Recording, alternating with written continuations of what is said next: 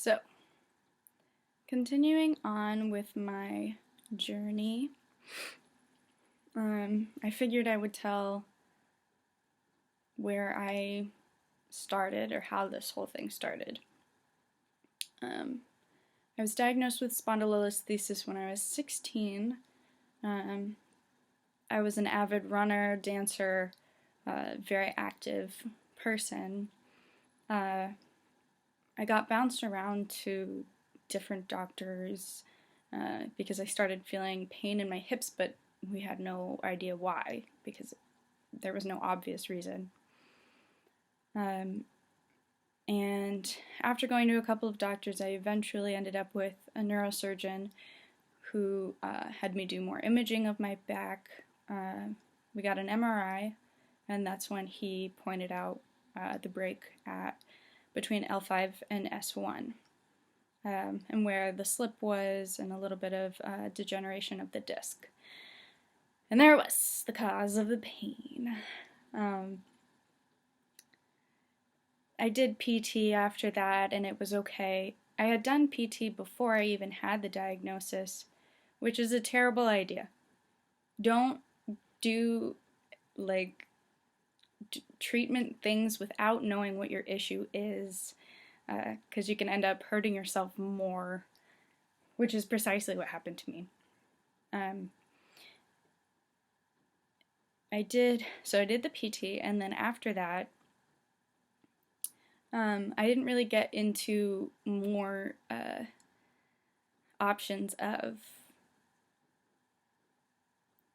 what route to take in order to treat the pain besides, Tylenol, Advil, ice, heat, Epsom salts, PT. All of those things together was okay, but it's not normal to take 800 milligrams of ibuprofen and 1,000 of Tylenol in order to just do something moderately active. When I got to my 20s, I started thinking a little bit more seriously about what I wanted my future to look like, and I didn't want it to look like how it is now, and what I'm able to do, and it's how restricted it is, and it's very frustrating. Frustration is a huge part of this. I did injections, PT, I saw non-surgical practitioners, I did many conservative treatments, and most of them did not end up helping me at all, except PT.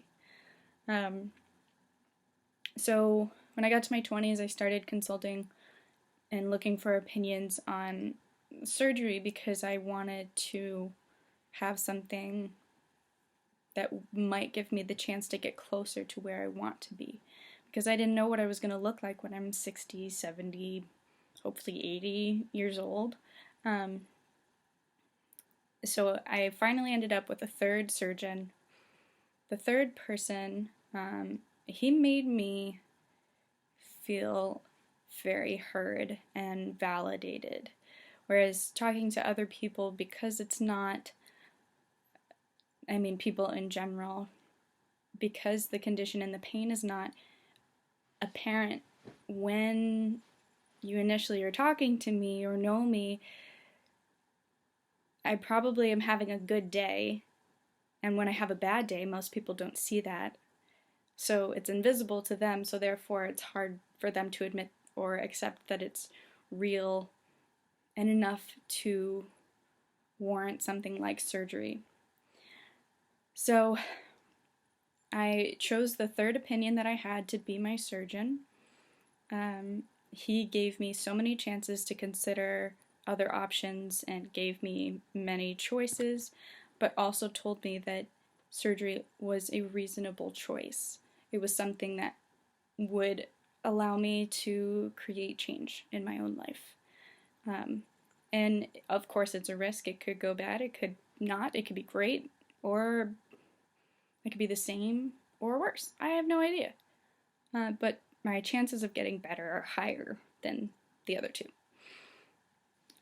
So I did a lot of research on the type of surgery that my doctor wanted me to do, which is an anterior and posterior lumbar fusion.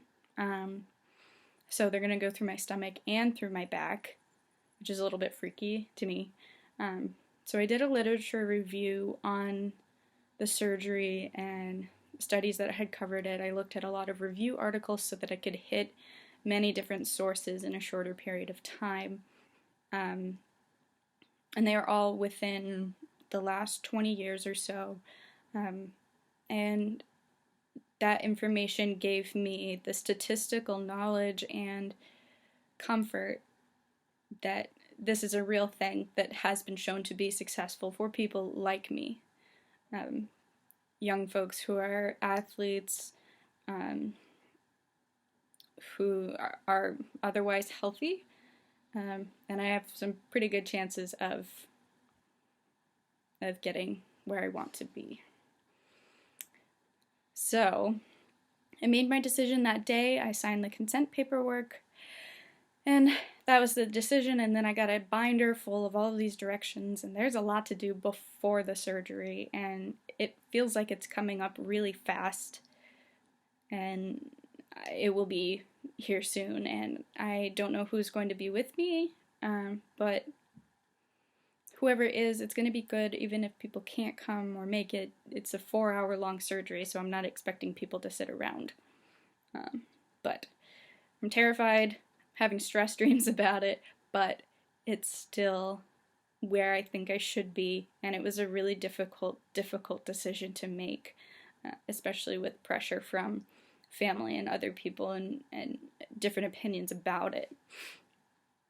And I have support from my family now that I've made the decision, but I really just need them to encourage me through it, to tell me that I can do it, that I will continue to get better as long as I comply with the treatment plan. Because if you don't comply with a treatment plan, you will not get better. You're going to set yourself up for failure, so I am determined to not let that happen. I have a list of friends who are going to help me, visit me. They're going to help me with my dog, and it just so happens that most of them are nurses and LNAs, so that's really convenient. Thanks, guys. And it's going to be good, and I have a lot of support, and I'm happy and very lucky to have it. So now I have to write 4 letters to myself that I can read through the recovery process to continue to encourage myself. Everybody should do that for whatever hard time they're going through, when you need to remind yourself what your original thoughts were. So now I have those 4 letters to write, and then I will be doing water physical therapy, and have to not take NSAIDs. That's about it for now, but there will be more to come. So that's where I'm at right now, and now it's just a waiting game, and it's just around the corner.